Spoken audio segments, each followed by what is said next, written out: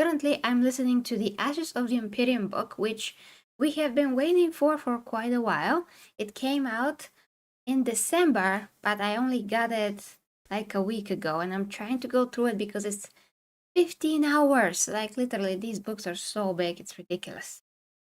So, you see right here, and we're gonna play that, this is the exact part where you can find this part of the book, and this is where the female Custodes are confirmed, finally confirmed. And I'm not saying finally like, oh my gosh, I'm so excited.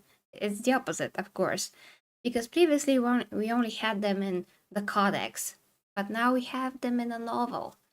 So yeah, we cannot escape the female Custodes, unfortunately, like some people speculated. We were hoping, but yeah, they're here. They're here to stay. So we're gonna listen to this segment of the book. As you can see, chapter 13, the 10-hour, 13-minute left, which means this is like 5 hours in.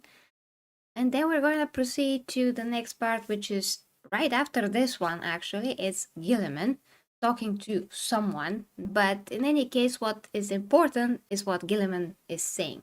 And then we're going to take a look at the change that Space Marines went through after the heresy, how their character changed, and we're going to discuss how this is lore accurate according to the previous lore or not, and what do I think about it? And of course, you can tell me what you think about it. That's the point as well.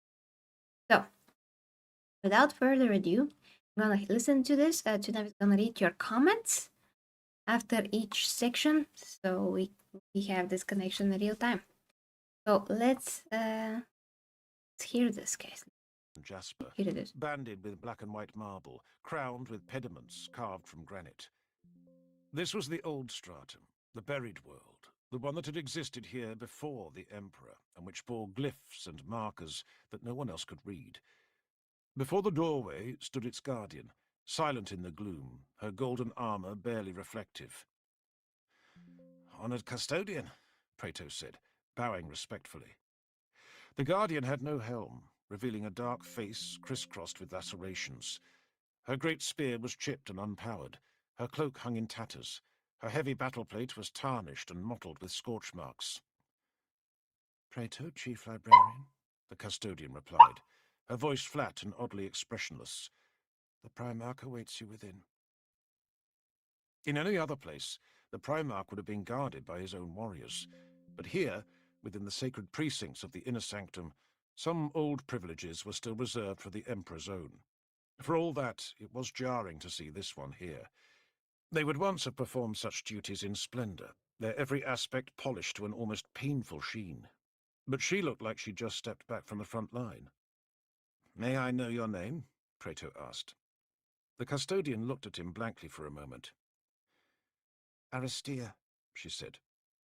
"How stands your master's recovery? I trust that the priests continue to minister to him with success?" And then came the strangest thing of all. Custodians, in Prato's experience, were hardly automatons, but their range of expressions had always been limited. Their self-control was immense, their bodily possession unmatched even by the Astartes. In the heat of the most terrible battles, they would barely register emotion, never show doubt, rarely so much as cry out in anger. Just then, though, Aristea's face gave it all away.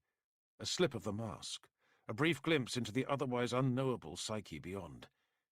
It was as if Praeto had asked a schoolchild to recite the names of the 90 warlords of pre-Unity terror. A flash of fear, of a loss of nerve, of an inability to know just what to say. "I have reminded her," Praeto realized. "I have reminded her that her master remains silent."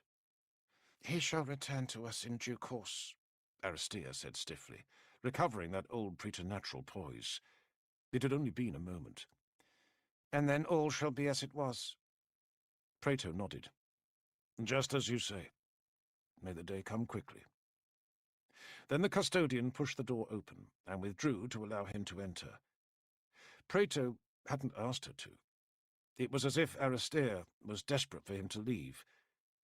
Many things about this new dispensation were unsettling. Some, though, given what had always been taken for certainties, were downright disturbing. "My thanks to you," Kratos said, before moving past the damaged giant and passing into the chamber beyond. Onyx and Jasper, banded. Okay, that was it. Hey, Tsunami, what do you think about this first? I'm a little sick, honestly. Oh, hold on, your volume is too high. Yeah, Okay. continue. I'm sure it's the same reaction that everyone else has. I'm a little sickened by this. And did I hear this correctly? Are they literally introducing a female into the universe, highly controversial, and she's having an emotional reaction? Exactly. That's one of the things that is that actually I did say that's gonna happen when you introduce a female custody and you emphasize that she is female and then making her emotional. This is Mhm. not good. This is not fun. It's not adding to the character. It's making the custodians lame, and female anything lame. You know, it's like, oh, she's a woman. She's still a woman somewhere behind all of those muscles. She's still emotional. Like, ridiculous. This is fitting into the stereotype again about women being emotional and all those things. Of course, women are emotional, and some women are less.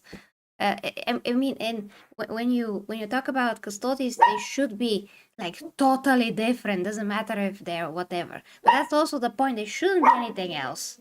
So yeah, hold on. My Pomerania is making a ruin in. Yeah, I'll have to cut this out. Goldie Spree, pestañina wash. Diga. Diga si wow. Dígame. Beside, I mean, neighbors and stuff, guys. They just walk around, fall down the stairs, all those things. Chaos. So, so basically, this is exactly what you shouldn't happen. So first of all, this is wrong because you shouldn't have. And of course, I was gonna say why, but why we shouldn't? Well, because it doesn't make any sense. And having all male faction it is great. It gives it character. It gives it something that it's unique. And when you have all female faction is the same. Like we said before, how about putting Brother of Battle in the Sisters of Silence? It's gonna make as much sense as having a female custody. There's a charm in having only this and only that faction. Everything that you can add to a faction that makes it more unique, that's gonna be better. And does making a female custodian, I mean female custodians being a thing, making custodians better? No, it doesn't. Just making them like anything else really in other universes. When you have male soldiers and female soldiers, we already have female soldiers in the Astra Militarum, which is normal. They are just regular troops. They need all the humans they can get. And their numbers are the largest numbers in the Imperium. So we can have women there just like in regular army. It's okay. But to just say that a female can withstand the horrible process of creating a custodian, by horrible I mean extremely complicated, probably painful. Only very few individuals can actually go through it, and a lot fewer than Astartes. A lot. It's a different process. It's something that the Emperor created, thought of. So they're always referred to as the sons and not the daughters or the children, just sons. So definitively male. I even made like several videos about this before. I took some parts where the Emperor talks about them as exclusively male faction. So there's no doubt about the fact that there should be male. And no matter if you're a female in real life like I am or not, you shouldn't stand for such retcons because they make no sense. It doesn't matter what you are in real life. It only matters what it should be and why it makes sense and why it doesn't make sense. I don't know why people take favoritism because they're male or female. I mean, this is wrong on principle, basically. So yeah, Tsunami, what can you add to this? I think it's a little worse than that, honestly. Like, they had to describe her as this battle hardened, like badass, and she's got scars everywhere and everything else, which you would expect from a description of someone who's supposed to be of this high caliber. And they want to make this introduction and they want it to seem normal. And the first thing they do is walk right into a fucking stereotype. Like, really? This is the highly trained fucking custody? And the first one you introduce, and she's automatically about to fucking weep or whatever's going on here. I don't know. It's like I said, I got sick as soon as I heard it. That's my first time hearing it. Oh yeah, and you are like a casual, basically 40K fan, and Mhm. for you Yes. this is outrageous, let alone to people that are super into the lore like I am, and not to mention people that have been into the lore since 1987, like Chainsword. So even worse for them. For me, Very disrespectful. Yeah. indeed. Also, she had a dark face. We had to hear this again. I'm gonna play some parts of that again. I heard it. I didn't want to touch this one, but yeah, I figured. No, we have to touch it. I mean, this is Yeah, I also got you. yeah. This is also a Chainsword set. We had a conversation quickly about this particular part. He pointed that out. I'm not sure if that means that she is literally black or she's just like Indian looking. Like, don't know. It's just very vague. Just dark face can mean a lot of things. It could mean, well, she's so sad, so her face has been darkened, or she forgot to clean herself from the battle. I mean, that's kind of the other thing. The battle is over, but she didn't clean her armor. She's so upset that she forget to be in a pristine condition. Which That's would all. be even worse. Yeah, that's weird to me. Yeah, let's hear a bit more of this. With black and white marble, crowned with pediments carved from granite. This was the old stratum, the buried world, the one that had existed here before the Emperor, and which bore glyphs and markers that no one else could read. Before the doorway stood its guardian, silent in the gloom, her golden armor barely reflective. "Honored custodian," Praeto said, bowing respectfully. The guardian had no helm, revealing a dark face crisscrossed with lacerations. Her great spear was chipped and unpowered. Okay, so she didn't clean her armor. It's not even reflective, so dirty. She forgot to put her helm, so we can say that she's a woman. So we can know that she's a woman. So we are willing to put up, I mean, remove her helmet, even. I mean, okay.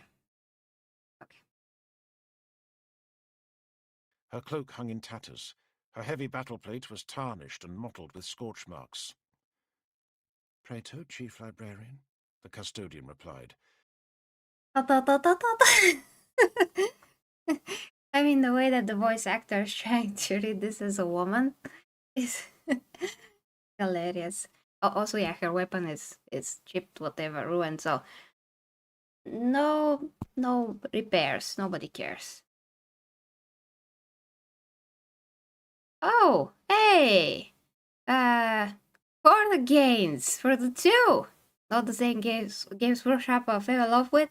Yes, and you are also one of those guys that have been there since you were a kid, which is, well, not as much as Games Workshop.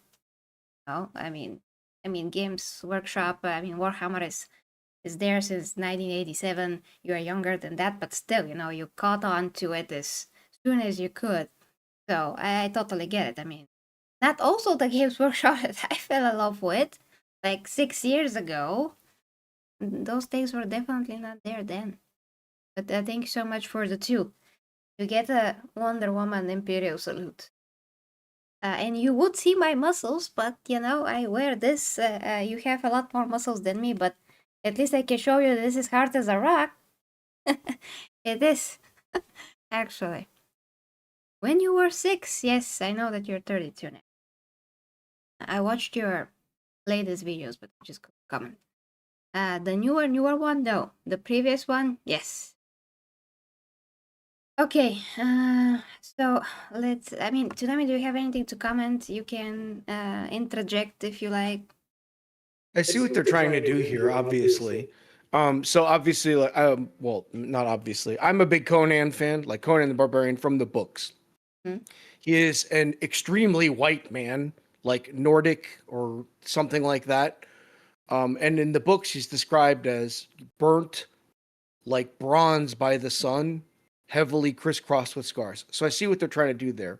And they want to have this ambiguity in describing the character. So it could be whatever race you feel like she needs to be. This is such hot shit that they're throwing in there. And like, I'm, as a former member of the military, I'm even more offended. This is like your chief, like the commander, uh, this is his honor guard, and she's wearing shit armor. It's all fucked up and whatnot. Like, this is very disrespectful in like in many ways to me. Yeah, I understand that after the heresy, because the point of the book, and I haven't finished it yet, but what I went through until now, like 6 hours in, is that of course everybody are down and out, everybody are like in this limbo mode. You know, this never happened before, so everybody are crushed in their own way. Because Toddy still should get into shape, like, right? I mean, everybody should try to fix everything, and they are to an extent. But a lot of the Astartes, they don't know what to do. Some of them are already scoured. We will have this conversation later about Rogo Dorn and how he thinks, what he thinks that should be done in this. But I think there's enough time have passed. This is not like 1 hour after the heresy or whatever. So everybody has have enough time to fix their, at least how they are, to be presentable. And she is guarding Guilliman here, who is the only Primarch standing in the palace and basically, being a representative of the Emperor. At this point, he's not the Emperor's regent, so he's not the main Primarch, but he's the only one there. So she should not look like a train hit her. I'm pretty sure that they have enough technology to fix all of that and to clean it in her face. And not stand like this, like she was just, she was just in the battle, and now she just popped here. All of a sudden, she forgot everything. So yeah, we can continue a bit more, but if you have anything to add, just feel free. No, you're hitting it. Definitely, the chat's hitting it whenever we get to that. Thank you. And welcome to Aromite X. You changed your name again? Right to you. Truth, of course, guys. I wanna address everybody, Mike as well. That Kano, of course. But we're gonna do after we're done with this. We have two more to go as well. But after each thing, we're gonna address the. So let's continue. Her voice flat and oddly expressionless. The Primarch awaits you within. In any other place, the Primarch would have been guarded by his own warriors. But here, within the sacred precincts of the inner sanctum, some old privileges were still reserved for the Emperor's own. For all that, it was jarring to see this one here. They would once have performed such duties in splendor, their every aspect polished to an almost painful sheen. But she looked like she'd just stepped back from the front line. "May I know your name?" Praetor asked. The custodian looked at him blankly for a moment. "Aristia." Okay, so they literally say that she looks like she just stepped from the front line. Okay, all right. She said. "How stands your master's recovery? I trust that the priests continue to minister to him with success?" And then came the strangest thing of all. Custodians, in Praeto's experience, were hardly automatons, but their range of expressions had always been limited. Their self-control was immense, their bodily possession unmatched even by the Astartes. In the heat of the most terrible battles, they would barely register emotion, never show doubt, rarely so much as cry out in anger. Just then, though, Aristia's face gave it all away. A slip of the mask, a brief glimpse into the otherwise unknowable psyche beyond. It was as if Praeto had asked a schoolchild to recite the names of the 90 warlords of pre-Unity terror. A flash of fear, of a loss of nerve. I mean, this is getting worse by the way that he's describing this. A school child. Okay. I mean, you heard it right, Tsunami. Oh yeah, absolutely. It's yeah. This is disrespectful to, I don't know, pretty much fucking everyone. Again, I'm probably taking this a little more butt sore than most. I understand that there's longtime fans of the lore, but like me as a military person, hearing this kind of nonsense is making me like I want to vomit. Mm-hmm. Yeah, and those are supposed to be the epitome of Yeah. military perfection, And literally. discipline. Ah, discipline. They're not like regular people, which makes this even worse. They're not supposed to have this. I mean, no matter what happened to the emperor, I know that they're very connected to him, of course, but this is not the way to show this. Because again, she's a woman, that's wrong. Then she's a sensitive woman, that's wrong. she, she's described as this child that almost is crying out loud like a little baby muffin. Yes, face palm is great. Face palm is great. Thank you for that, Aramite. Facts. Yes, okay. We are gonna continue more, and then we're gonna move on to the next topic before, of course, we read all your comments. An inability to know just what to say. I have reminded her, Praetor realized. I have reminded her that her master remains silent. He shall return to us in due course, Aristea said stiffly, recovering that old preternatural poise. It had only been a moment. And then all shall be as it was. Praetor nodded. Just as you say. May the day come quickly. He is coping. Custody is coping, guys.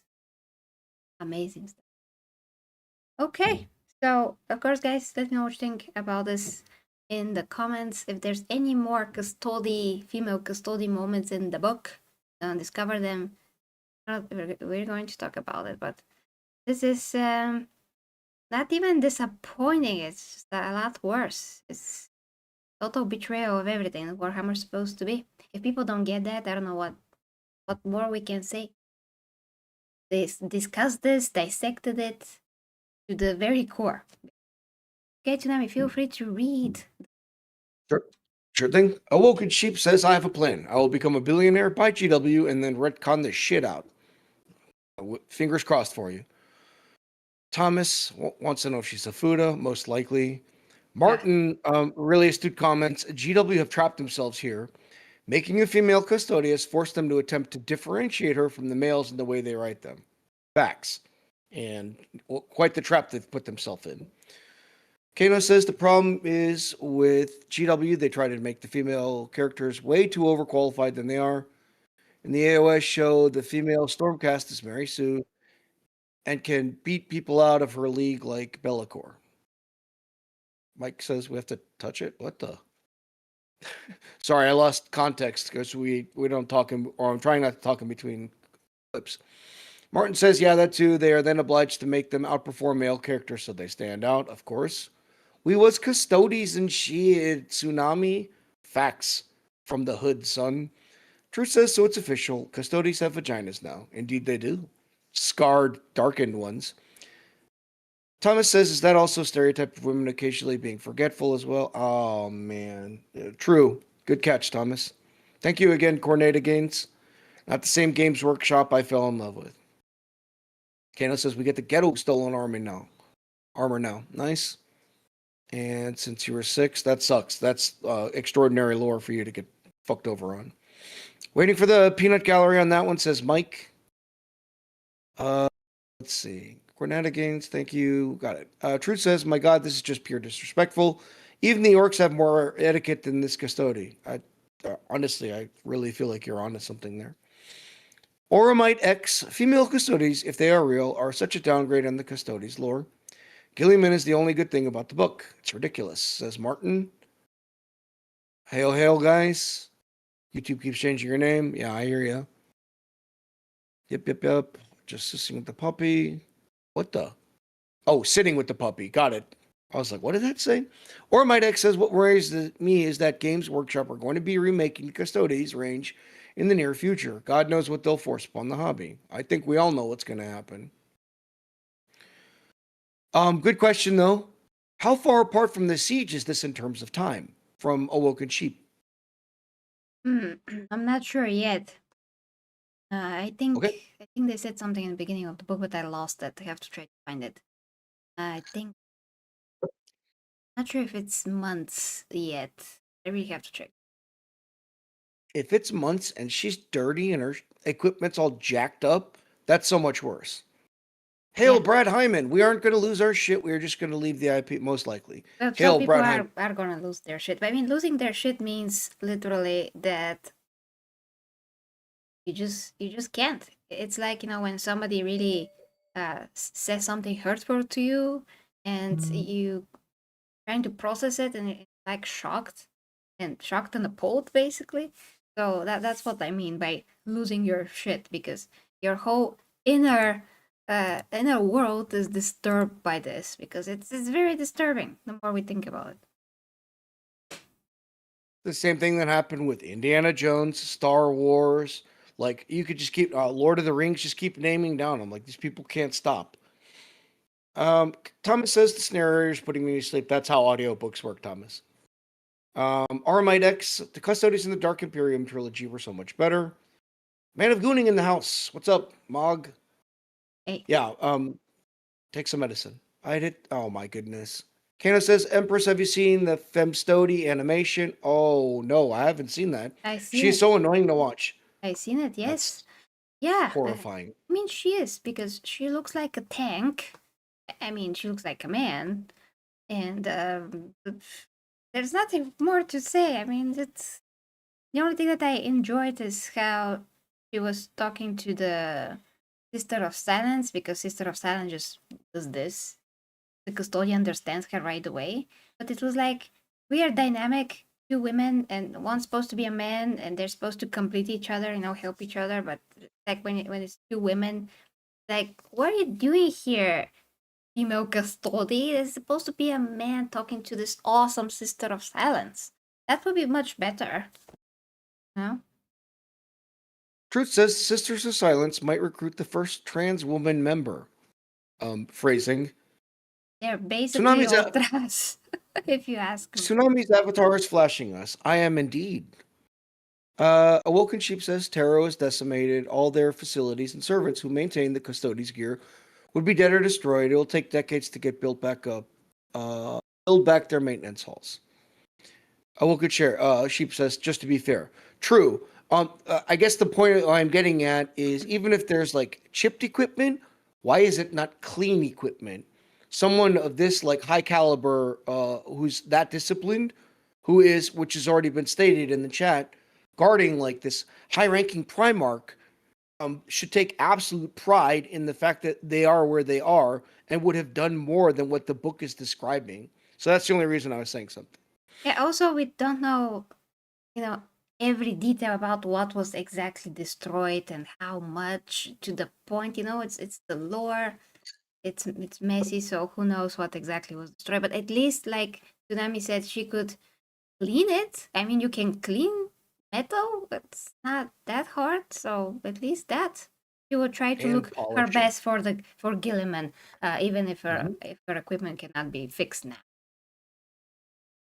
KMK2976, welcome. Femtoadies really devalue the Sisters of Silence. Indeed, they do. Oramidex says, were female custodies the result of someone's fetish for muscular, manly women? Uh, maybe. Maybe, but they look like Thomas, men. So, I mean, I'm muscular, but I retain my femininity, because when you train naturally, you just enhance what you already have. You don't become a man like people think. But if a woman takes steroids, she's going to become a man. So, and they take a lot of steroids, futuristic ones, to become, Custodes and Space Marines. Space Marines in general, and Custodes, a version of hormones, the gene seed, everything, when it combines together, and you have a man. Thomas is back to gooning, part of the dynamic duo. A tank woman, so a muscular goth woman. I'm going to say I'm all in. We believe you. Kano says, dudes will be so good as Sisters of Silence, we can actually shut the fuck up better. Maybe so. Thomas says, you better keep your gear in yeah, like, that's what I'm getting at, Thomas. Well, like, at least clean it, and, I don't know, get some brasso and some polish for your boots. Anyways. Woken Sheep says they could definitely have Clean their gear, repairing is another matter. Like, that's what I was getting at. Exactly. Elrical Necro. Truth, isn't there already one in a Sister of Battle book? Or my deck says, I agree. This. There is no Sister of Battle book. I haven't seen that, but I know there's a female custodian in the codex. But in the Sister of Battle book, another custody female. I haven't seen that, but we will check. We will check. This is the first big novel because this is like a main lore novel that the female custody is featured. So for sure. Oromite X says, I agree the Sisters of Silence have been devalued. Are we getting Misters of Silence? It's ma'am. If you know that gif. But anyways, Truth says, how to be a strong woman. Be a man. Ugh. Thomas after them goth baddies. And that's the last comment we've got, up until now at least. Yeah, okay, guys. We're gonna move on to the next thing. Thank you, Man of Gunning. We're gonna move on to the next thing. But that's very correct, Truth. How to be a strong woman, be a man. We have to emphasize this because in everything that we've seen so far in comic books as well, and here, the idea of the woke people or the woke mindset is that if a woman is to be strong, she has to be a man, but they hate men. So that is a complete contradiction, and they don't get what makes women strong. It's not about the physical strength, it's about the mental strength, the ability to handle many things at once, like many different things that make a woman strong. Doesn't have to be physical. Physical part is for the guys. That's great. That is their role. That's one of the things that makes guys awesome. They're able to protect and all those things that guys are. So the woke people always devalue what a woman is, what a woman should be, how women are special, what makes them unique from guys, and what makes guys good. I mean, the woke mindset devalues everyone, women and men, because it doesn't understand either. So yeah, every time that they try to do this with a woman, it makes everything worse for everyone, and it disrespects everyone. Actually, just how I felt when I watched the Barbie movie. Actually, because it crapped on men, but in the same time, it craps on women too. It doesn't make women look better. It makes women be horrible, like emotionally immature, ridiculous people, dysfunctional, all those things. Yeah, Tsunami. Do you have a comment on that? Oh, you covered it pretty well. Thanks. I was answering to a comment about a trans woman. Sorry. No problem. Yeah, women are queens of multitasking. Yeah, absolutely. I mean, not all women. I mean, hashtag not all women. But some women for sure. I can do so many things in the same time. Okay, so let's continue to the next part. It's gonna be great, guys. Just hold on to. Oh, I'm sure. So this is Guilliman. Guilliman talks to a guy. Again, I listened to this several times. I still don't know who that guy is. The guy that talked to the female custodian, I mean. Now I wanna, before we hear this, I don't know how Guilliman's gonna be depicted later in the book. We'll see, but here he's depicted as the only guy that has some reason to him, and he also gives some information about some other Primarchs. Because yesterday I saw a video from Varwak who said that Guilliman is worse as chaos because he wants to take it all for himself and all those things. You gotta watch his video, of course. Please go watch his video. I kind of doubt that. He's either misunderstanding this or. I mean, a lot of the times when we have a character like Guilliman who is very stoic and he's one of the most reasonable Primarchs, one of the most that is leveled, less emotional, just very good in political ways. And he's like the jack of all trades. He has a little bit from everybody's qualities. That is why he's the only Primarch that's fit to rule a whole empire of worlds. He has the Ultrama system, the 500 worlds. He was absolutely amazing when he took over his then father of Ultrama. I mean, his human dad who adopted him. The Emperor was not around. He proved himself as an extremely capable leader that is capable of handling so much. And he's the only one that is like this. He's the only one that has so many worlds under his rule. And now this is also the reason why he became eventually the guy who will replace the rule of the emperor, kinda, as the emperor's warden. Of course, he died somewhere after the events of this book, and then he was, kinda died, and brought back 10,000 years later, and our current 40 came. So, but let's see now what this is. My point is, if really he's depicted a bad light after this, gonna be weird. I kind of felt that what the arguments that Varwak was putting forth seemed like just the standard arguments when somebody sees a stoic character and they don't understand them, so they poop on them and they understand their motives in the wrong way. But actually, he has like the best idea and he really has merit to his position. But again, I'm gonna analyze the book and see if Varwak is full of shit or he's right. So let's listen to the segment now. So, he promised to come back, said Guilliman. Fair enough. He keeps his promises. They all do, the Nocturnians. To witness the Primarch now, you would never know. You would never know that at that very moment he was in all likelihood sending several messages through his armor systems to other chambers where his servants worked.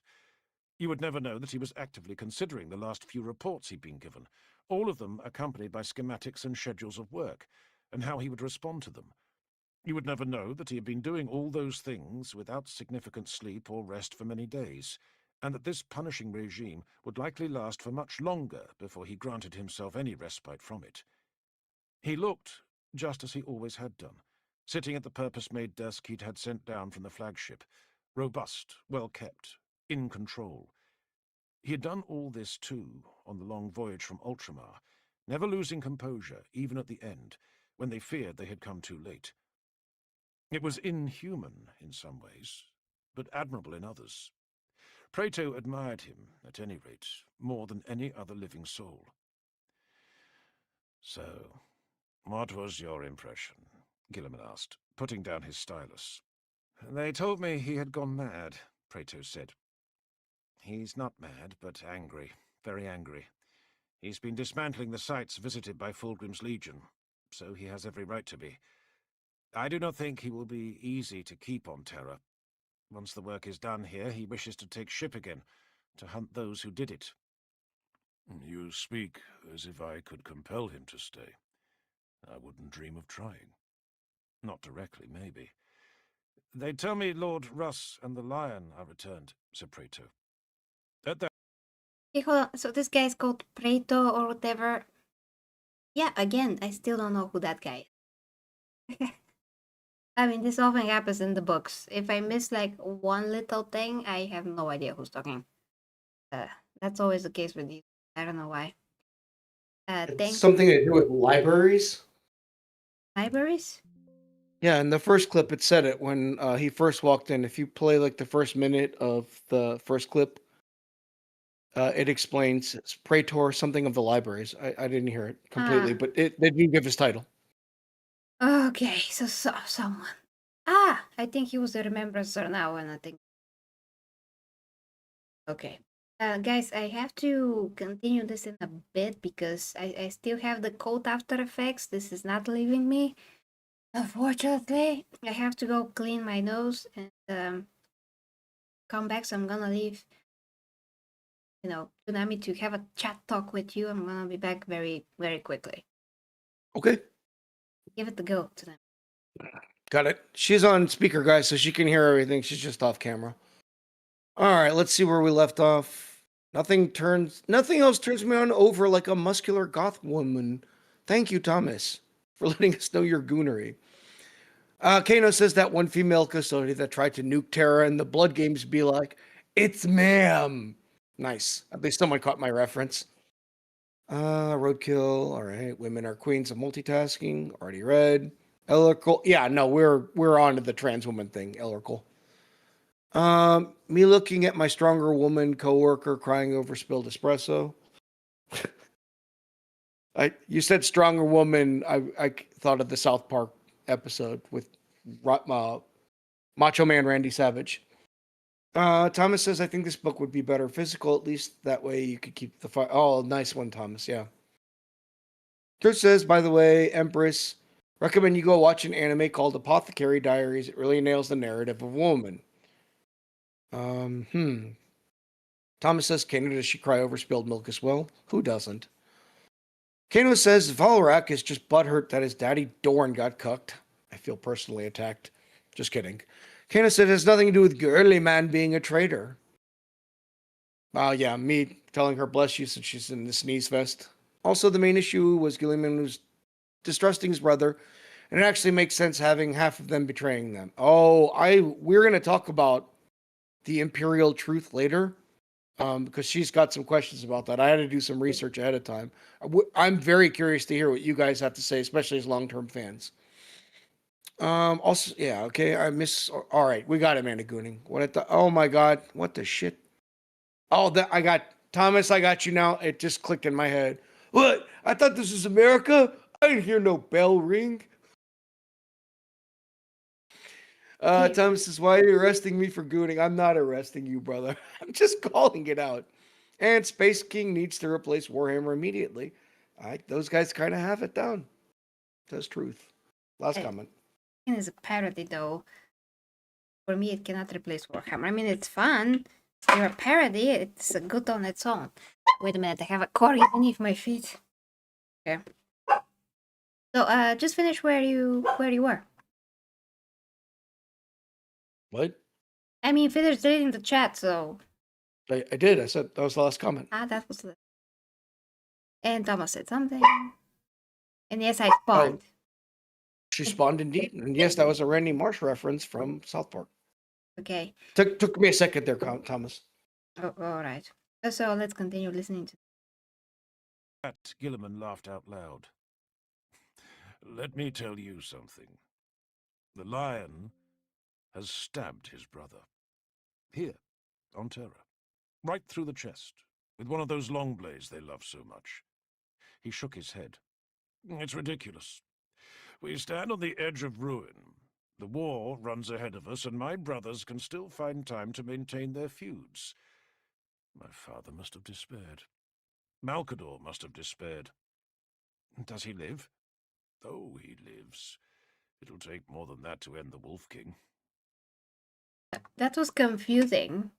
Does he live? Oh, he lives, but he asked about the Wolf King, Liman and not Malcador. For the moment, I was like, "What? Malcador doesn't live?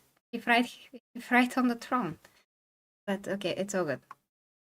It's all calmed down now. Whatever bad blood ran between them seems to have been spent. He exhaled in exasperation. It's just how they do it, I suppose. It's what makes sense to them. But where does that leave us?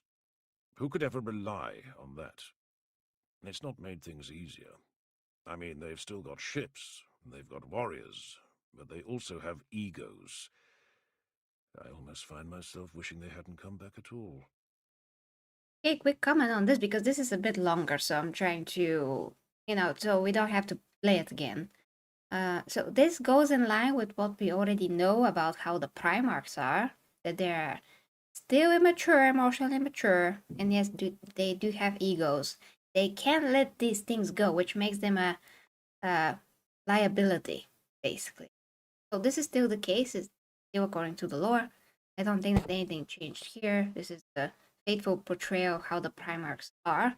Not Guilliman, of course, because again, he's like the most leveled from these guys that are still alive. So I'm personally surprised that they went so far as to one stabbing the other.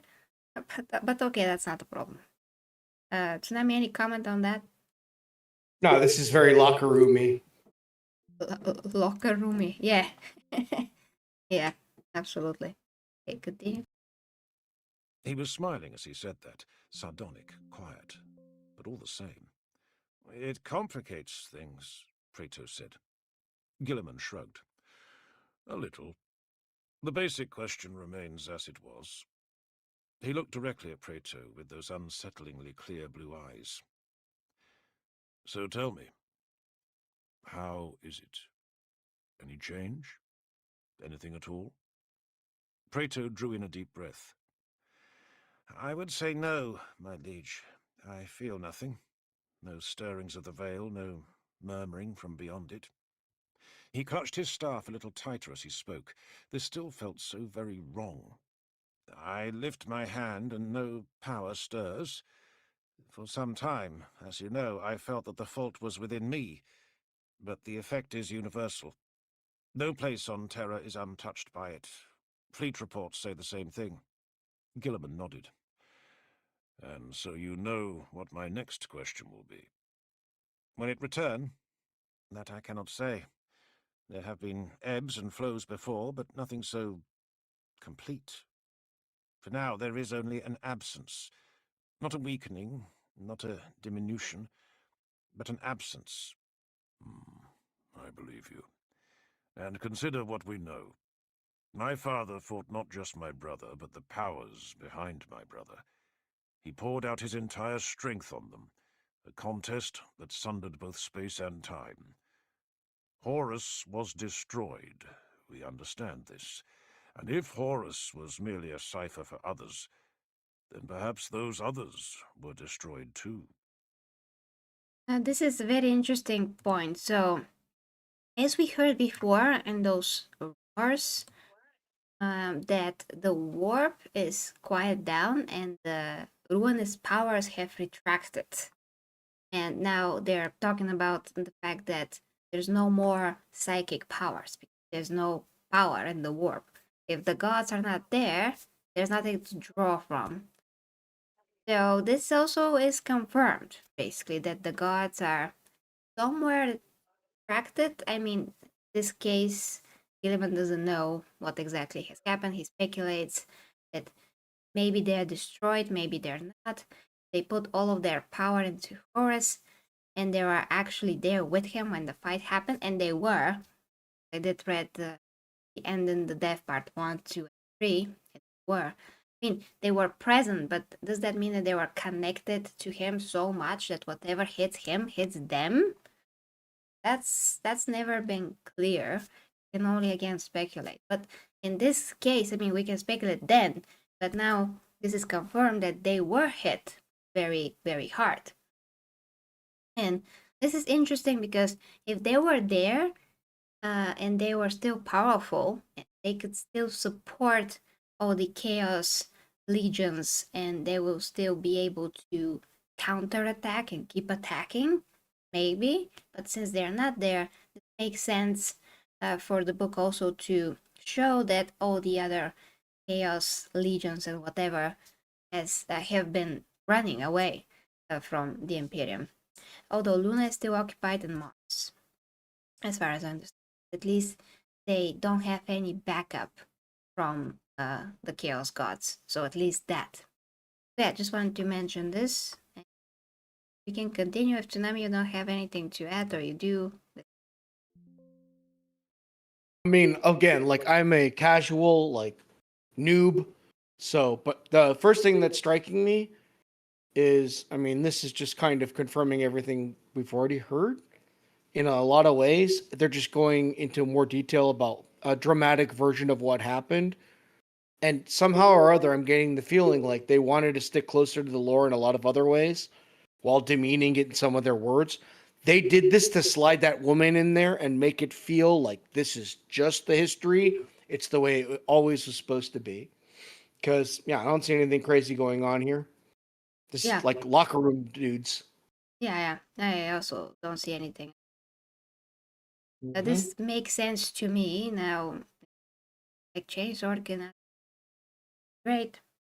S- For now, it So seems. what's the only thing they got? Like, what is the big major change? It's what they wanted to slide in there and then sandwich it in between all this lore, like a dramatic retelling of the lore. Yeah. I mean, it's always what happens. They're using what we already have and shoehorning in something else that was not there, and they're pretending that this is belonging there, but it isn't. Okay, let's continue. Forever. Praeto felt uncomfortable even conceiving of it. That feels too simple. Guilliman smiled wryly. Because everything has been difficult for so long? We have been staring at defeat for 7 years, long enough to forget any other outcome. But my father had power beyond all reckoning. When he was finally in the place to use it, who knows what he could achieve? I cannot discount the possibility. Though there is danger even in the suggestion. There is danger in everything. Suppose we believe, as my brother Rogel does, that we must move now to chase the enemy down.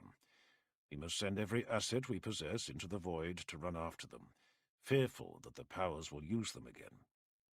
But what if there are no powers? What if, after we have hunted those wretched phantoms in the deep, we return to find it all in ruins again?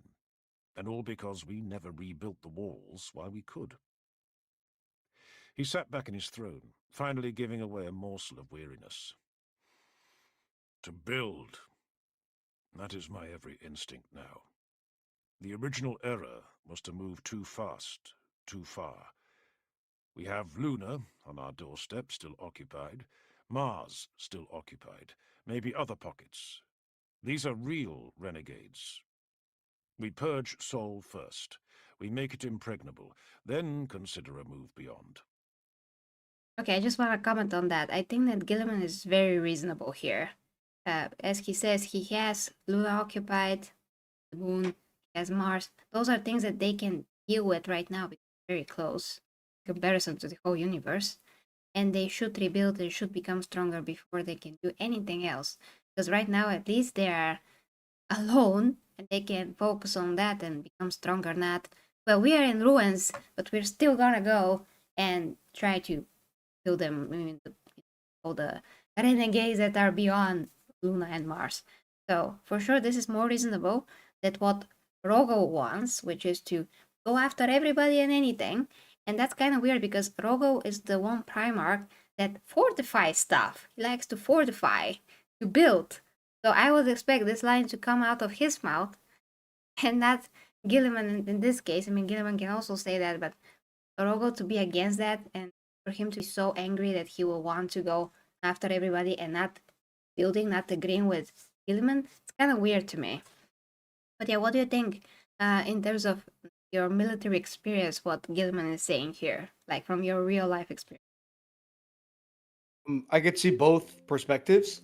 Obviously, I don't know. I need more context. How long has it been since this battle happened in this particular setting? What's the real strategic talk here? And I could see both versions of it. Hey, let's reconsolidate, reorganize, or let's continue the fight moving forwards. From what I understand, Rolo Doran does like to fortify, but he likes to fortify moving forwards, aka press forwards, create a new stronghold, continue moving forwards, and then you can open up your supply lines either way. So I guess I'd have to know more about numbers and everything else like that, but I'm no strategist. I just can see it either way. It's an interesting discussion. Oh yeah, for sure. I just, from what I know, of course, from the universe and so far the book and those two Primarchs, um, yeah, I just think that Guilliman is more reasonable. He always been very reasonable. Sometimes, maybe not as how's the word for that? Not so brash and whatever, but we already have that from the other Primarchs Right. in spades. So he needs to be that guy that can hold. He's very cold. Yeah. Yep. Hold the He hold doesn't it. have like a major emotional reactions. He's very like level-headed. Exactly. That's what we need because everybody else are like, I'm gonna stab you. Whatever. Okay, let's continue. Anything else is recklessness. Praetor remembered how Vulcan had been. Eradication is all they warrant. So what if that damns us? Your brothers will not agree, he said. And how many chapters do they command? Asked Guilliman dryly. Praetor laughed. They have their titles still, which, of course, we must scrupulously observe. For a moment Praetor did not reply. Guilliman said nothing. A tight silence fell across the chamber. From outside the walls came the dull thrum of machines at work, the creak and boom of labor in the ancient labyrinth. And somewhere even further down, buried under layers of eternity, he remained, unspeaking, unmoving, the greatest casualty of the greatest war. It felt almost as if he must be listening to them, a silent judge of their actions, but present, always present, waiting for them to vindicate him, or fail him. Everyone kept saying that he'd stir soon, that the orders would come again. But that day was always deferred. The custodians are weakened, Praetor said at last, remembering how Aristea had been. They were the closest, Guilliman said. Their bond was the tightest of all. Now that he is injured, they suffer the most. And the Captain General? Constantine? I don't know. He's damaged, like all of them. I think their instinct is to retreat, to become the guardians of their master. Do they even think about anything else? Will their shame let them? But anyway, they are so few now, we must imagine an Imperium without them. Was there just a little eagerness there? Just a fraction of relish that the road ahead was clear of obstacles? You could imagine, if you let yourself, that the old calculations were giving way now, and that enthusiasm had set in for a new realm, a new order, governed by a new, singular figurehead. And would that be so bad? This was the choice, it seemed. The old fraternity of Primarchs still stabbing one another over petty vendettas, of morose golden giants bereft of their greatest power, reduced to skulking in the gloom, of weak and credulous masses dependent on imported food from far away, or the legacy of Ultramar, still strong, still united, the paragon around which a new future could be created. I do not think we can command a majority of them, Praetor said cautiously. When the next stage is decided, we shall be isolated. Guilliman sat forward again, picked up the stylus once more. He seemed supremely unconcerned. All will transpire as it must. Keep working on this, Praetor. Bring them all to the council. I have no doubt that, once things are laid out properly, sense will prevail. Sense will prevail. If only it had done many years earlier. If only sense had existed at all back then. By your will, said Praetor, bowing. As he left the chamber, the stylus was already at work, his master's head bowed, the orders coming again, one after the other. Okay.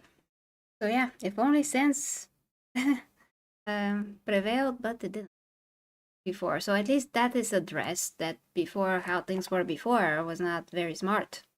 And I comment on that many times. I mean, it seems like although the Emperor had a plan, this plan did fail after all.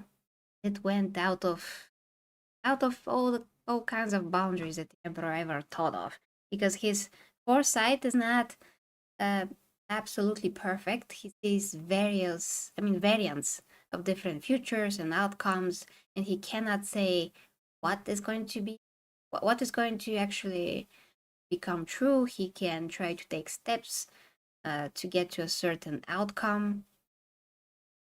See, but everything is like a moving parts of something every time with the lore. So you cannot be sure when they have written something that it's supposed to be like that, and then all of a sudden, yeah, but this still can happen. Yeah, and now the Emperor knows stuff. So yeah, at least they address the part where you know that this is not reasonable.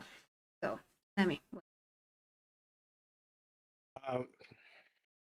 I'd really like to hear from some fans here. The Emperor kind of screwed himself with his whole imperial truth concept, where he's basically like banning magic, gods, everything else, yet he's the one dabbling in it. He was kind of doomed to fail. Like, you don't need special powers to see that, like, if anyone found out about that kind of secret, it was going to cause trouble. And so, exactly what like, I'm happened. wondering Yeah. what they're, yeah, I'm really like wondering what they're talking about. Like, sense, what sense? Like, the unsensible thing to do was to think that this plan would, like, come to fruition without it going, at least in some ways, in this direction. But they're also talking about how everyone else, like got their own personality, and it's very distinctive. And I think that was kind of like the lure of them in the first place, is they could create other people in the Legion like themselves, and you would have different options for whatever it is that you needed in the future. But anyways, that's all I know. Well, basically, there's some arguments to be. Some people did say some arguments for the Emperor keeping all a secret because the Primarchs couldn't handle it, and because the whole Imperium couldn't handle it. There is also this book, The Last Church, which is pretty amazing, where the Emperor is talking to this priest and explaining his vision for the world. They For did the an anime Imperium. for that, right? What? Isn't there like an anime for that? Like a little fan art or whatever on YouTube? Oh, yes, yes. A bunch of guys create this moving animation, kinda. Very popular. I covered it a few years ago. It was pretty amazing, taken directly from the book. Yeah, it was fascinating, this conversation that he had, so you see his vision. But in the same time, he always contradicts himself because he did appear as a godly figure in front of this guy, Uriah, the priest, when he was young. And since then, Uriah thinks that this is God. And he was praying to this God the whole time. He had no idea that this was actually the Emperor. So, this whole thing about not having gods and don't think of me as a deity kind of a thing just completely fell apart. Because as we know, there are gods, although they're not written as gods, which is something that Dan Abnett told before. Before he addressed it, I did say, actually, they're written as high-level demons and not gods. And he then had this interview where he confirmed that those are gods just to us, from our perspective. Otherwise, they're not gods. They're just this amalgamation of energies of people and other races, all of that. Yes, were so concentrated and got so concentrated with time that they were just like willed into existence almost. But they do have powers because we give them these powers. And the Emperor want to draw from that and become powerful, but at the same time say, but there's nothing there, really, no, don't believe in it. Yeah, that's the fallacy of it, like of it all. He wanted the power for himself, but the fact that people worship them as gods, regardless of whatever you want to put their status as, that's how the power like got out. And am I understanding this correctly? I mean, this is a huge universe. Like, that's the way that I understood it. Is if he hadn't have said like, yeah, no gods, none of that BS. We're just all science people. But they've got all these people like worshiping these gods, and that essentially created the power for them, and then they got power as a result of it. Is that right? Something like that. Of course, it's more complicated. Yeah. Sure. Okay. I mean, one of the Primarchs, who is called Magnus, he's like the best psyker after the Emperor, and he already got into those things. He already dabbled the warp and whatever. He found out all those things by himself. And the Emperor then said, "Oh no," because his whole legion were psychers automatically. So I don't know how the Emperor, with his whole foresight, didn't know that Magnus's legion are going to be psychers, like all of them, and they will understand things all by themselves. And if they dabble into that, they're going to learn about the gods. And this is just a recipe for disaster. Magnus can decide to join their side, and this is exactly what freaking happened. So it's crazy. It's great. Just a lot of things I don't think they made sense. I mean, they make sense. And this is since I joined 40K, since I started learning the lore. Because people were portraying the lore in certain ways that were very twisted, or basically misrepresenting the lore. Because on one hand, they say that this emperor is very wise man. Because he lived for 40,000 years. And he maybe is created by the sacrifice of dozens of shamans, create this all-knowing, all-powerful creature. He got more powerful as he grew up. He tricked Chaos to give him more power, and he's supposed to be very wise. To have the whole knowledge of whatever he could know, like almost the universe. And for somebody that lived for so long, he should like accumulated wisdom that we can't even comprehend. That he's always written as this guy that we can't comprehend, that he's so amazing and so high level to whatever, but yet he does the stupidest mistakes ever that are based on hubris, which speaks of not wisdom. This is the opposite of wisdom. This is emotional immaturity. When you have emotional immaturity, you can never accumulate wisdom. To be wise, you have to be able to not be egotistical and learn from others' mistakes too, and from your own mistakes. He saw the rise and fall of all the warlords in the world. He has the knowledge of so many rulers. He was also a warlord and a ruler. He was some historical figures that did great things. He should have known what can happen with his whole plan. So the only way for the lore to make some kind of a sense in the future is if GW decides to write this thing where the emperor wanted all of this to happen. He pretended, he did mistakes on purpose, and then this finally comes out to something amazing, like defeating Chaos after all, like making them think that he is a ruin and he's not as big of a threat. I mean, they already hate him, they already know that he's a threat, but not as big because he makes so many mistakes, because he's human after all. But no, he actually accounted for all that happened. He wanted the Primarchs to only have certain parts of himself, certain traits. He wanted them to be immature. He wanted them to be scattered after their creation. They were in pods, and those pods were spread across the universe by chaos, and that's how they ended all in different worlds, different planets, grew up to be different people. So all of that is by design, and everything's gonna be okay in the end, which is not gonna be because it's a dark universe. but this is what is gonna make at least sense that finally chaos is defeated. That's gonna happen probably, unless again they wanna create something other something else to make this universe dark. Maybe the Emperor's worse or whatever. So it just becomes this very convoluted mishmash of this happened. Emperor is supposed to be that, but no, he's supposed to be this as well. I'm like, he cannot be wise and do all those things. That's not how we should see the Emperor, because the facts speak differently, and we can only judge a person by his deeds, not how everybody perceives him. It's one thing to be a character in the universe, and he can make you perceive him the way that he wants to, but it's totally different when we are the outside observers and we can see all of that and create a full picture of it. So yeah, I hope that also helps you, Tsunami, understand things better. So he's omniscient, but a dumbass also? Yeah. Kind of fucking weird. This is exactly how it is. Yeah. Okay. It makes him a very fascinating figure. I guess.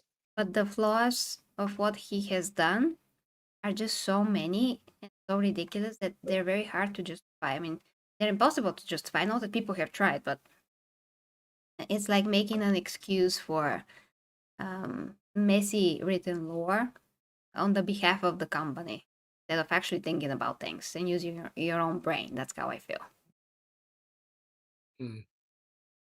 Okay. Now, guys, let us know what you think in the comments, and we're going to chat before we move on to the next final section of the book that we have today to look at. Kano says Halo and BattleTech are already replacing Warhammer. KMK2976 says, personally, I think the better solution would be to expand on the Sisters of Battle and Sisters of Silence with new units. I think everyone thought that, for that particular issue at least. Kano says Malkador got turned into nuggets for real. Man of Gooning says, I'm not a fan of Warhammer, and I'm not in a position to say what is good for the fan, etc. But for me, A story with only men don't exist for me. Where's the women in Warhammer? There's lots of women in Warhammer. What are you talking about, dude? Oh yes, can you stop for a second? I want to address some of that. Sure. So Halo and BattleTech already replacing Warhammer. I don't think Halo ever gonna replace anything. Halo is a very surface level universe in comparison with Warhammer. Just not as deep, not as detailed. There's like thousands upon thousands of things that you can find in Warhammer in terms of characters, planets, worlds, factions, history behind them. Just very, very deep and very, very layered. That's why I love it. That's one of the reasons. So Halo, no. I looked into Halo's lore. It's like 5% of Warhammer in terms of scope to the. I mean, I never seen such a big universe as Warhammer 40K.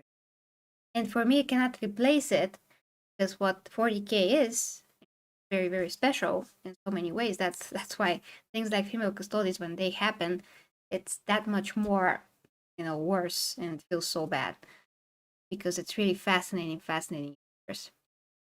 I'm not that familiar with BattleTech, but probably also cannot replace Warhammer. I mean, freaking, how was that? I just covered this and I already forgot. That other universe. Oh, I had the name. The new tabletop. Oh, the trench warfare one. Yes, Trench Crusade.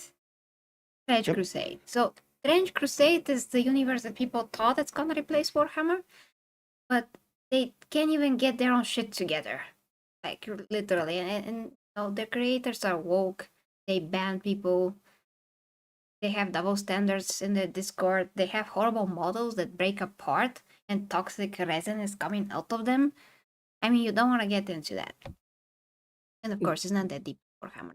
Warhammer is a universe that has been building for almost 40 years. How many universe can replace almost 40 years of lore and books? I mean, BattleTech supposed to have a lot of momentum. It's like Game of Thrones in the stars. Oh, okay. Well, I can check that, but again, if it doesn't have what Warhammer has, it cannot at least replace it for me. That's why I'm sticking to it. I'm trying to fight for Warhammer because, what happened when just very few voices were so loud and so annoying. GW changed their whole direction and they went for the woke stuff. Those people are very few, but they're so loud, so annoying. So if we could be as loud, as persistent as they are, we can also make a change in a positive way. You can already see, some changes happening in Hollywood.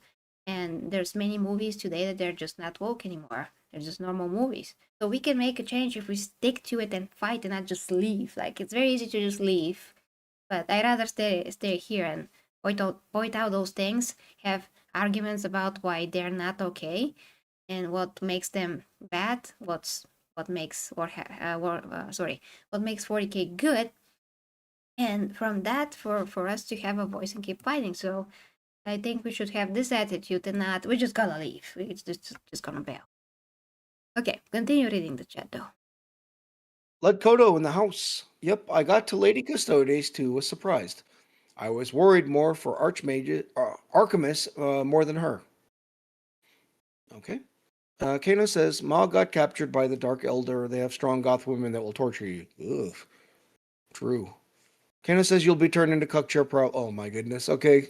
KMK2976 and build more onto them and give them something equal to Terminator armor. And maybe give Sisters of Battle some more sub-armies like how we have Star Wars and Battletech and such. I don't like Cuckchair says, man, oh my god, you guys are crazy. Kano says the traders have other planets too. Thomas says, Kano, I'll go with Mog as long as you pay for the ticket. Man of Gooning says, I want a ticket too. Oh my goodness. And then Rogel proceeds to get his shit kicked. And the IF almost gets destroyed by Peter Turbo in the Iron Cage. Thomas is out for the night. I'm going to dream of muscular goth women. Thank you, Thomas. Nasco in the house. What's up, Nasco Nikolov? Hello. Manacooning. She uses her force for punching my stomach. Mike says, cough. Solomon ripoff, cough.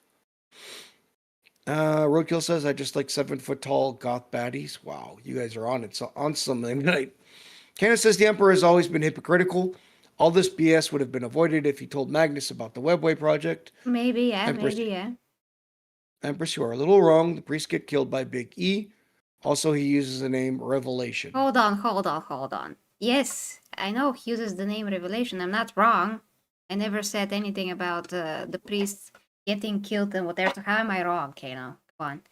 The priest comes into his own church and dies. So I'm not wrong. I just didn't mention how he died. He decides to kill himself, to go down with the church. Because when the emperor says, join me, join my Imperium, and I did react to that. I watched it a few times. I listened to the novel itself. So this is exactly what happened. And the priest was like, no, thank you. No, thank you, sir. And he went and he killed himself. That's what happened. So the emperor didn't kill him. He offered him to follow him. But the priest was like, no, I know what I believe. I know how I feel. I'm just gonna kill myself. I don't want to be a part of your Imperium. No thanks. So that's what happened. He was just very into his belief system. Kano continues with Magnus and his Legion has always been the closest to the warp. They had that little flaw that they could randomly turn into chaos spawns. Empress, this is already a big theory in the community that Big E already planned all this. Yeah, I It's know. a dumb theory, but still. That's why I said it. I'm recapping some of how things are, so Tsunami can get a, idea. Some of you guys also, if you don't know. So I'm recapping this. Thank you for being the filthy casual. Truth says, yeah, I was AFK for a while. What did I miss? Everything. Kano says, chaos can't be defeated. The only two ways are via the deletion of humanity, because we are bounded with the warp or the Tyranids. Tyranids. Yeah, but I mean, they can be depleted of fate as well. There was sections somewhere about this. If you stop believing in them, they will lose power. But not only humanity, all the other races, the Eldari, and whoever feeds chaos, really. Whoever feeds chaos, they all should die by this logic, and then chaos will and should die. But the other variant is, well, to obliterate them with a lot of power. That can also happen because they are literally allergic to the Emperor's powers. And when saints spawn on the battlefield, let's say Saint Celestine or whoever, she's powered by the Emperor and she can obliterate demons and whatever. So this is what he has as a power, the Emperor, that is. And he could have obliterated the whole universe if he wanted to, if he became the Dark King, but he decided not to do that. He came to his senses when his friend, the Perpetual guy, talked to him in the end of the Death Part 2, but he was on that brink of deleting the whole universe, becoming the most powerful, truly godly creature in it, but he decided, well, that's not worth it. I want to protect humanity, so I better power down and not become the Dark King and fight Horus as I am, which was not enough, as we know. But yeah, continue. Let's see. Roadkill says, Halo is whack, Battletech is fire. Space King will replace Warhammer, thanks Truth. StarCraft was the original 40k, let's not forget this, says Kano. Roadkill says we're getting gritty. Awoka Chief says, Kano, no. StarCraft was supposed to have been a 40k game, big difference. Kano says the Zerg was before the Tyranids. KMK says, I mean Space Wolves and Black Templars. I've lost context now. Yep. Yes, he doesn't worship Big E. The gods will still get powers from killing, pestilence, etc. The Saints got powered by the warp. It's directly from the fall of Cadia. When the Eye of Terror started closing, Celestine got weaker. Zinch the Manipulator. And that's it. Okay. So the Saints get power from the war, but they're also powered by the Emperor. So that's also a thing. He can power people. Oh, Empress asked me to marry her and I refused. She hates bacon and I couldn't cope. Here we are indeed. That's so funny, Roadkill. I don't hate bacon, but I avoid it. I just try to eat meat that does not have fat on it. No, so just pure protein as much as possible. Okay. let's continue with the next section because I almost have to go. Next section is about Space Marines being changed, so to speak, after the Horus Heresy. Oh, give me a sec. Here it is. This is 1 minute and 55 Marines seconds. we venerate now have and to- rarely. Oh. Of course, again, this is where you can find it. Chapter 15, exactly where it is, if you have the audiobook. Some construction going on in the back. Can you hear it, Tsunami? Tsunami? Did you glitched?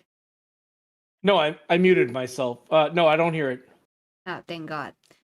Kano says B gets powers from the warp. Yeah, I know, but his powers is different. He also has other powers before he got powered by the warp. So whatever he gets from the warp, he transcends it, changes it, so it can be the anathema against the gods, so to speak.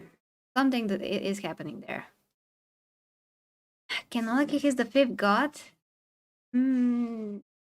What? No, he's not. He's not a god. The emperor is not a god. Kano, where are you coming up with stuff? The emperor literally could transcend to be a god, and he didn't. He said no.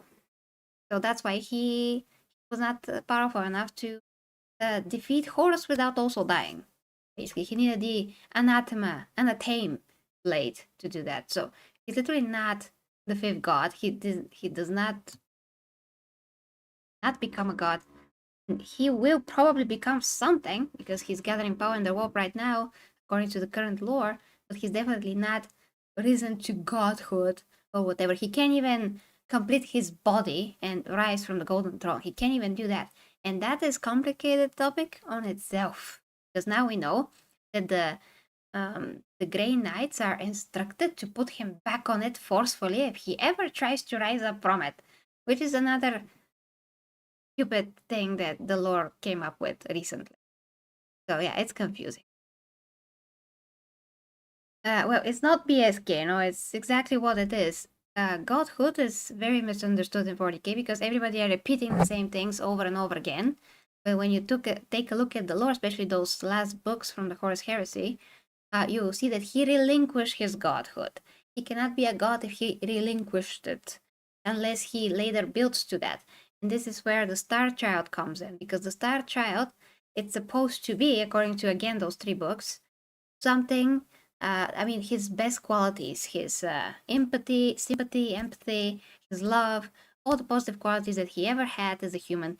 He relinquished that as well. He sent that off to the warp so it can grow and build on itself. And so he can fight Horus without having any attachment to him as his son. He can be completely cold towards Horus and really fight him without restraint. So he did also that in that book, in that last book. So if he were to ever return, and if he is one with that essence, that good essence, then we can say maybe now he is better. I mean, he will be better, but maybe now this is enough to reach a godhood without actually having to destroy the whole universe and without actually becoming the Dark King. So this is very important to make a distinction between what the Dark King is, like a true god ascending into the universe and his power so great that he would be able to wipe the whole universe, not because he wants to, but because he is coming into existence, and the energy of creating this particular god, will destroy the whole universe. That is what is written in the book. And when we see how Slanesh came into being, this tear in the space-time was created, the Eye of Terror. So this is a hole in which you can go in and out from the warp. This is what led to the destruction of the planet Cadia, all of those things. So imagine what's going to happen if the Emperor actually rises to godhood in that way that is bigger than everybody else. Because again, even Dan Abnett says the Chaos gods are not gods. They're just gods by the way that we perceive them because they're so powerful according to our understandings. But in actuality, a god level power that has not been yet seen in 40k. And if really it would, if that would to happen with the Emperor, then we're just gonna be wiped out, and there's not gonna be anything to be seen because the Emperor is gonna be like a true god. That is very clear in the book. That's not some, you know, hinted at, or it's very clear written in the book. So that is true God. I mean, the Emperor would be true God. Now, again, the only way for him to become now a true God, I don't know how. He can maybe gather enough strength to rival the Chaos Gods in every measure. So he can finally fight them without dying.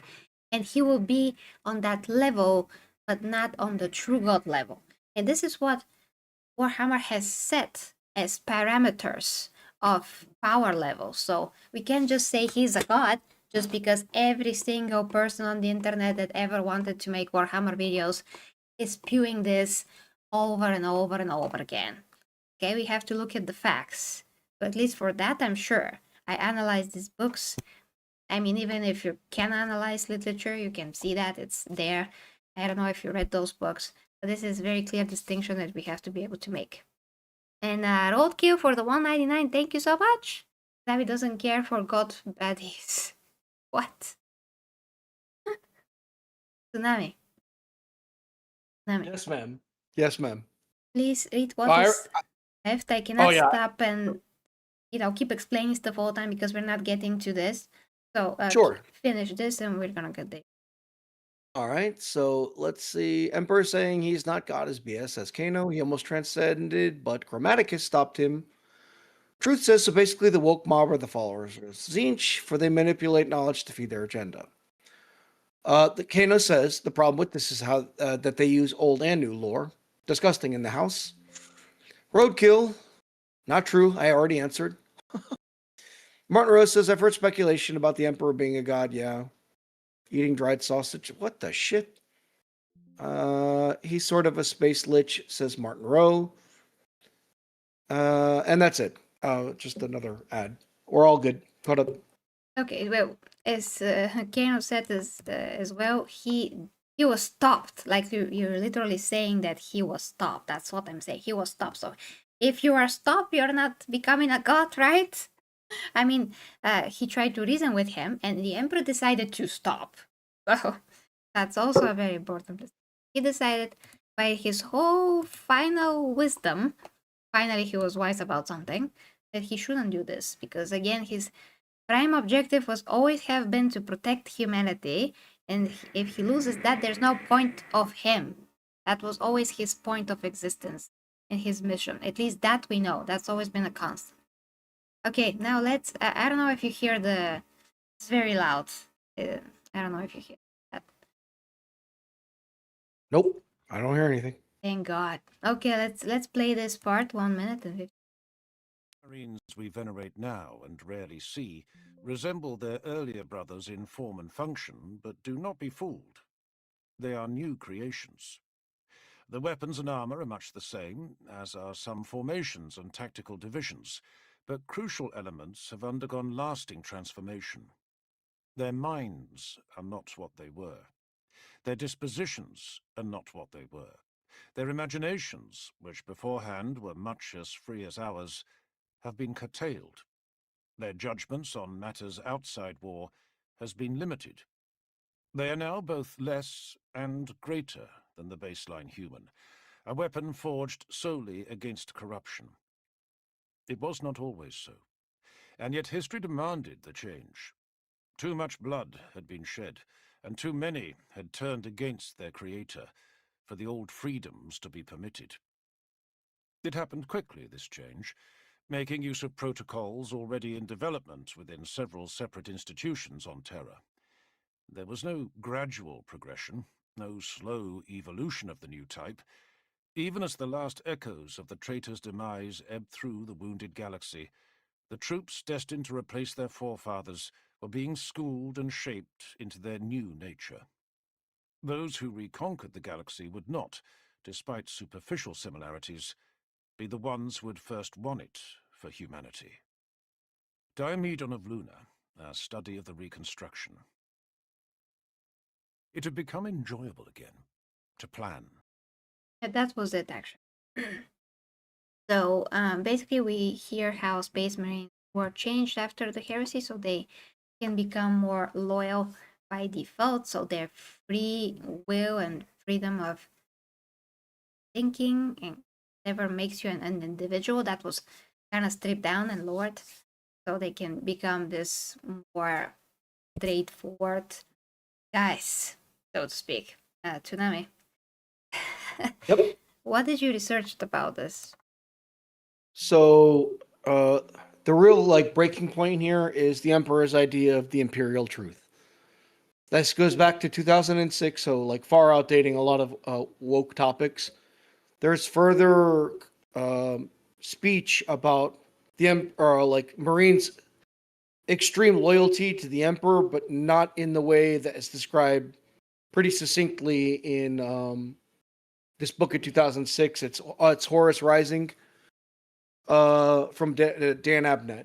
And basically, anyways, the Emperor was like, there's no more religion. Religion's BS. Spirituality, dumb. Magic, stupid. That's all retarded. It's all fake. Let's just do science from here on out, bros. And so everyone was like, okay, cool. You're super awesome. And then the Emperor ran into the same trouble that I was kind of already alluding to. Yes, absolutely, Marines, roadkill. But the Emperor ended up running into the same trouble he created for himself. He went into the warp. He ended up, acquiring powers. And at some point in time, people are going to see, if nothing else, he's a magician. And to no one that's ever seen anything like that, they're going to venerate that, which is what ended up happening. Then you've got Horus coming in and being like, no, this is all BS. They're absolutely gods, quote unquote, whatever the argument is around that. The heresy ends up happening, and then there's a lot of bad blood left over. So this all seems to jibe with everything that I looked up. The Imperial Truth is an anthology series also. And they go into this, and the whole thing got kind of broken. I've heard it referred to as the Imperial Lie also. And as a result of it, there is some bad blood. And then the pathway forwards is to create an extremely highly ritualistic, essentially religious society, which is around Marines. And that's how they go about their business in the future. So under the Imperial Truth, there was no religion. You could be whoever you wanted to be, within reason, of course. The heresy ends up happening, and after this break, everyone kind of decides, the way forwards, we can't do this anymore. So there's a few old timers left around from times past, but for the most part, they're phasing them out, and they're moving forwards with this new thought process.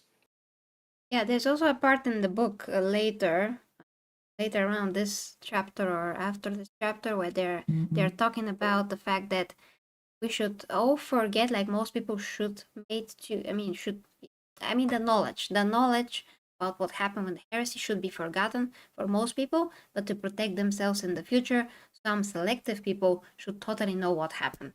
That's another thing. So it's like a new imperial proof almost.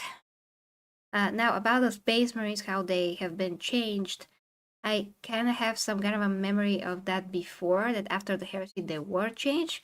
But the problem that I have with this, that the way that they're written in 40K and in general, I never seen the difference. And I mean, literally the way that they're written, I read simultaneously Horus Heresy books, and then I go to, let's say, the next Guilliman book from the Dark Imperium series, and they all seem to be very distinct individuals.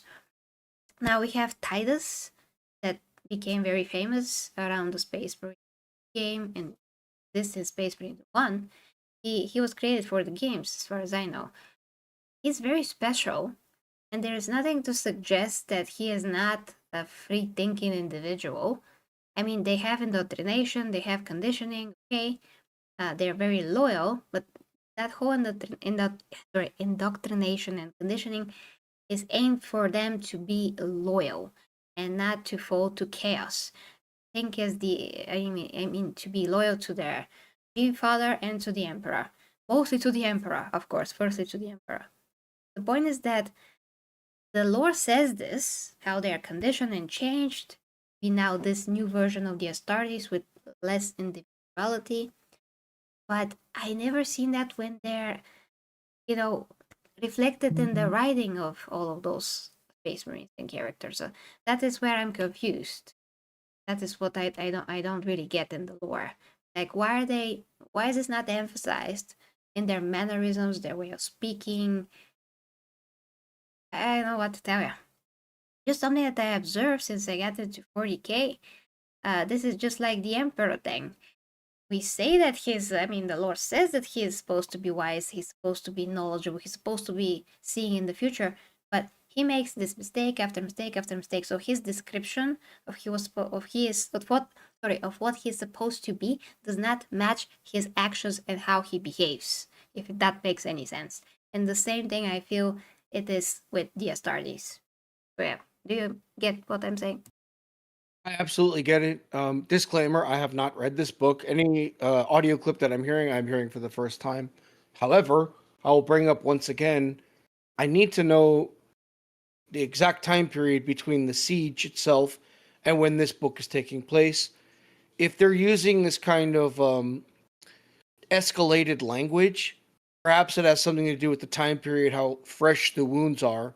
When we meet Space Marines in the 41st millennium, they're already like a well-oiled machine. How they do business, all this stuff's old history, and so we've watched. For lack of better terms, generation after generation being indoctrinated into this new way of doing things. So I can understand where they're going with it. I think maybe the language is just time dependent on how close this was to the actual siege itself. But I don't see anything contradicting.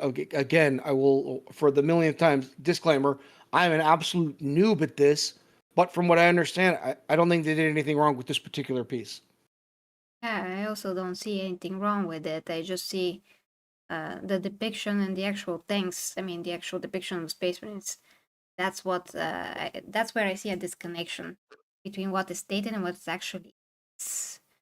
Mm-hmm. I look forward for Chainsword to tell me what he thinks about this.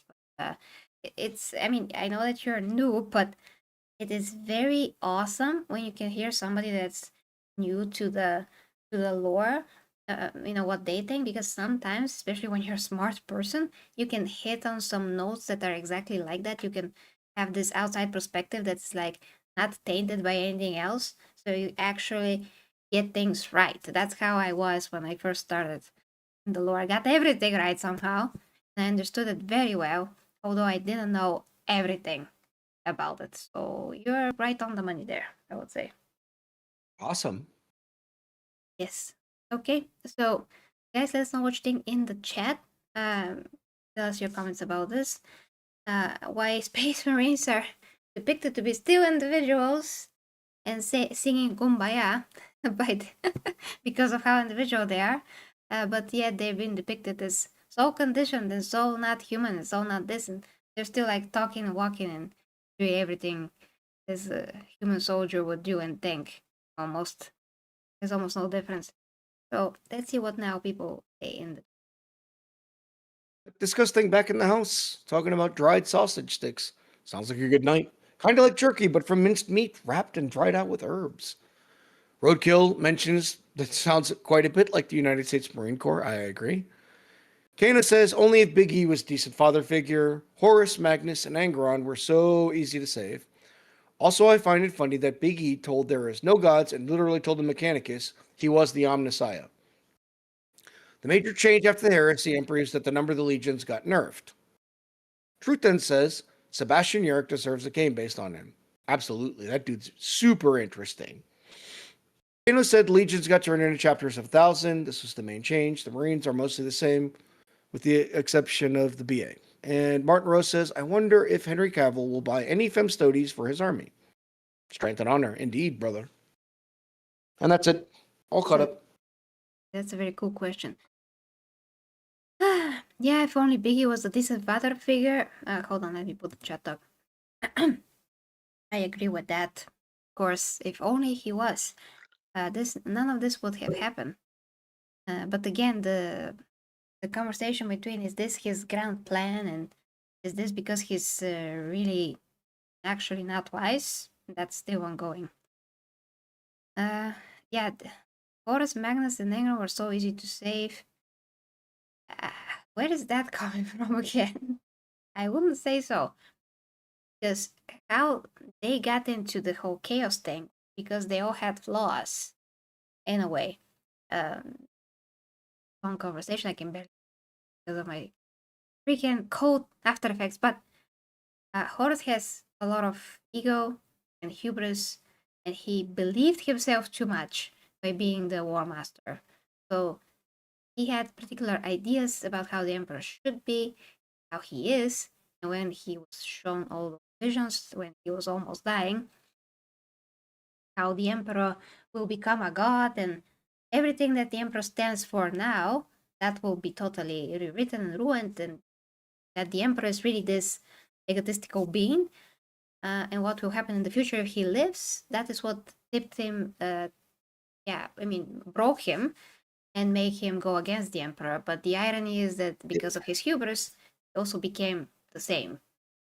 Is this not a like contradiction of the Emperor, who is like he does a thing like do as I say, not as I do? Yeah, Because he literally also played with chaos in a certain way, and so for the sons to see it that way, although they're giant egos, yeah, yeah, okay, this is I could see why you're talking about this is going to last for hours if we keep talking about it. yeah. It's very interesting. It's fascinating as well. But yeah, this is what happens in that book, Horus Rising.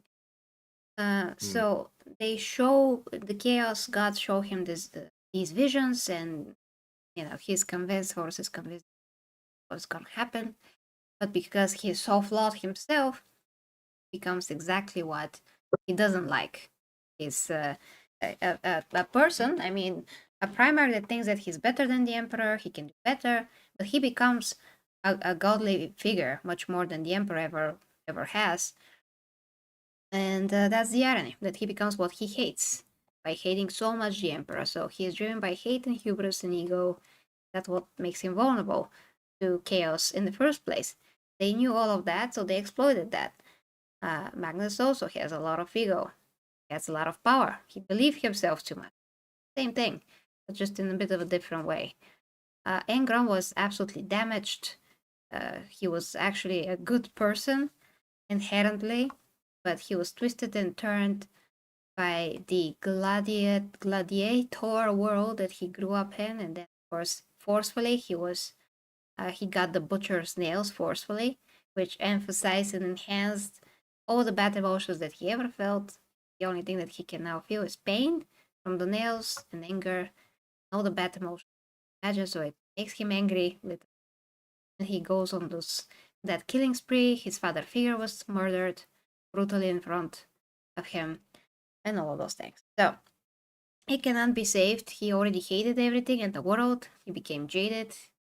And when the Emperor came to pick him up and explained what his role is, he wanted to do nothing with that. He didn't want to do anything with the Emperor. He hated him. He hated everything. He didn't connect to his brothers ever really. He wanted to just save the world that he grew up in, but he was denied that and just kidnapped from that world. So he already had so much resentment built up and hate towards the Emperor and everything the Emperor is, and the only thing that he needed was like a pinch of push towards chaos. He's like, oh man, now I get to kill unlimited, like unlimited killing, yay. So this is why he's called Engron. He ascended to a demonhood so easily. He's already there in his mind. Okay. Please read what Kano said. The rest of the comments, and then we have to go. Sure. Keno says Horus got stabbed. Magnus could be saved if he's told about the warp. Also, Angron hated Biggie because he left his gladiators die and he could have helped. Also, poor Tarabo could have been saved too, only if he got some recognition. Martin Rose says, poor Turabo. You mean if BE showed him some appreciation? Yep. Yeah, Peter Turbo. Martin Rose laughs. Quality. Kano says, man, people really don't understand Peter Turbo and Angron. The gods understood them, says Martin. And that's it. Yeah, I really have to go, but again, the same point about Porturabo, Kano. All of the Primarchs had flaws. They were flawed. All of them that fell to chaos is already predisposition to fall. So even if he could be talked out of it, he's still the same person. He's still this petty, angry, spiteful, vengeful person that wants blood. He's still not a good person. Whereas if you see the other Primarchs, Guilliman, like Rogel Dorn, who they tried to break in that other world, he was put into this desert world, and Chaos tried to break him for millennia. Like he was there in limbo while real time was going on, and like real years were passing on Terra in the real world. He was there for thousands, unnumbered amounts, tortured by Chaos every single day. He never broke. He never broke. Then we have, of course, Sanguinius, who is pure of heart, and he saw what his brother Horus have become. He tried to be honest and open with him and genuine. Horus still wasn't touched by that. He still wanted to make him turn. Of course, he never can turn. He's so pure and amazing, Sanguinius. That's why he's my favorite Primarch. And you know, Guilliman is like he's a lot of things at once. So he's just this great guy. He's just like the Boy Scout of the Imperium. He cannot turn. So I know Leman Russ is a true warrior, whatever. He's very pure in other ways and primal, whatever.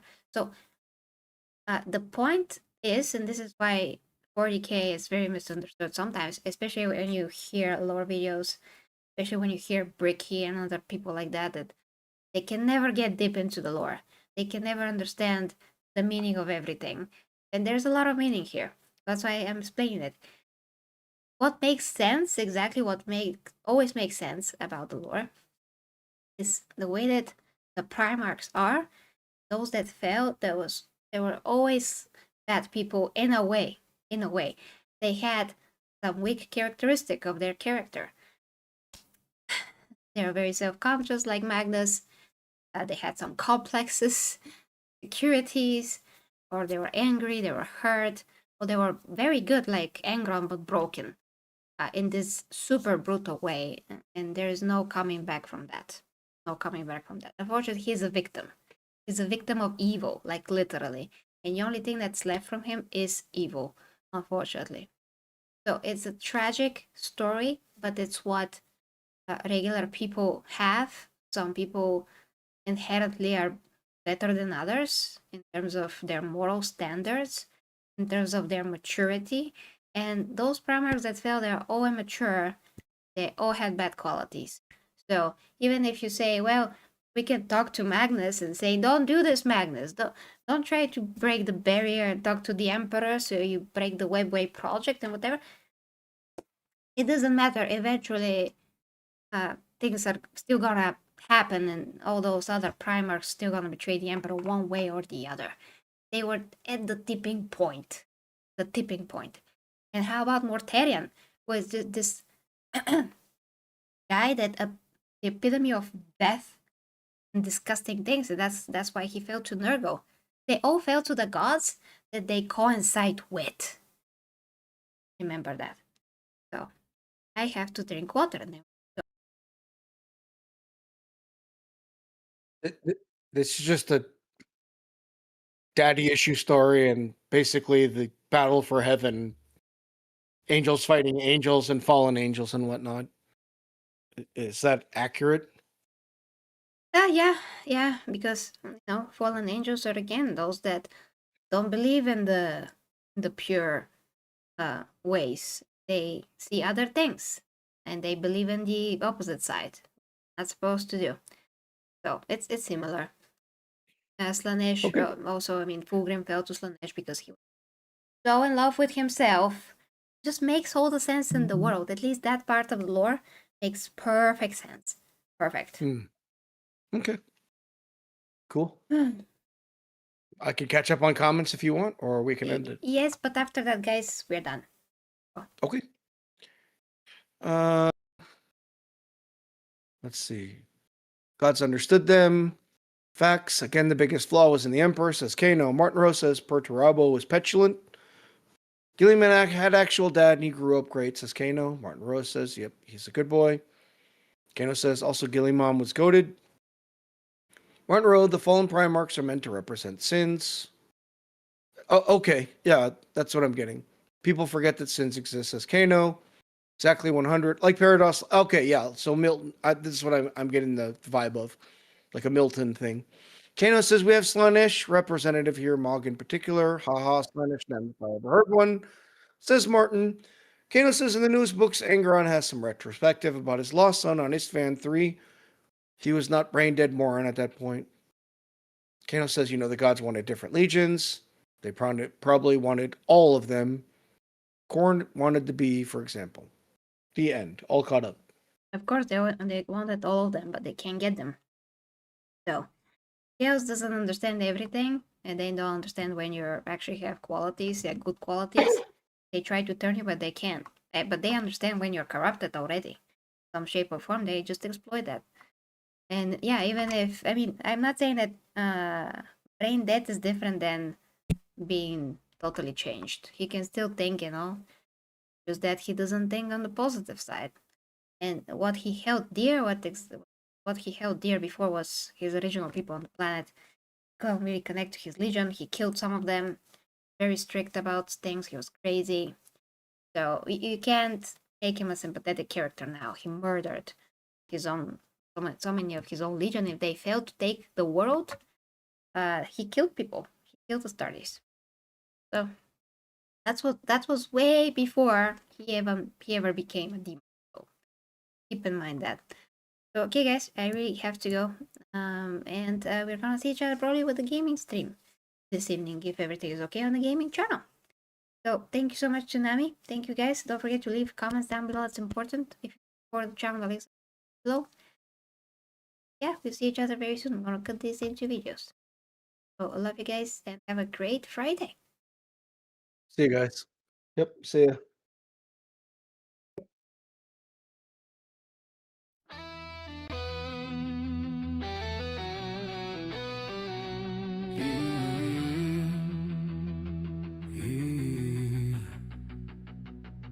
The 40K Empress leads the way as warriors of the Imperium sway into realms where dangers play, where hidden minds hold sway.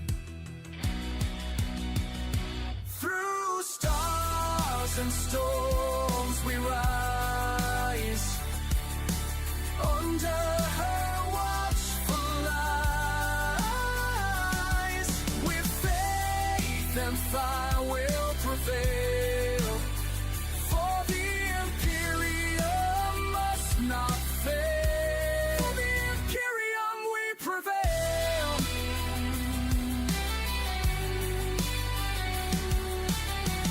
Beneath the grand cathedral spires, plots twist like smoldering fires, but with her blade of pure desire, she claims the stars entire.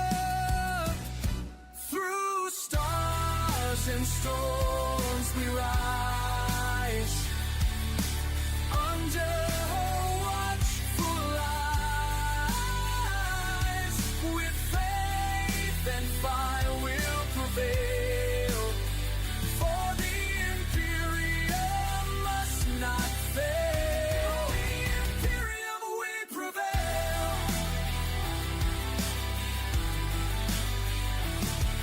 Through warped storms and battle cries, her banners pierce the darkened skies. With bolts or hymns the traitor dies, as loyal warriors arise. Saints in sight, breakers bend the flame. Every world speaks her name.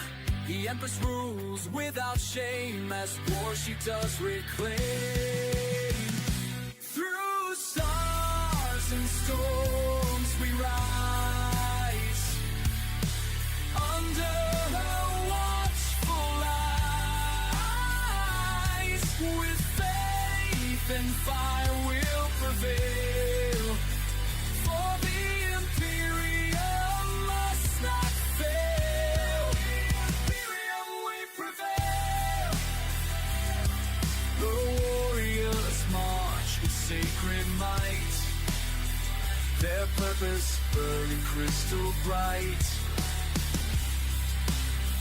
to lift the throne world from its plight and guard humanity's light.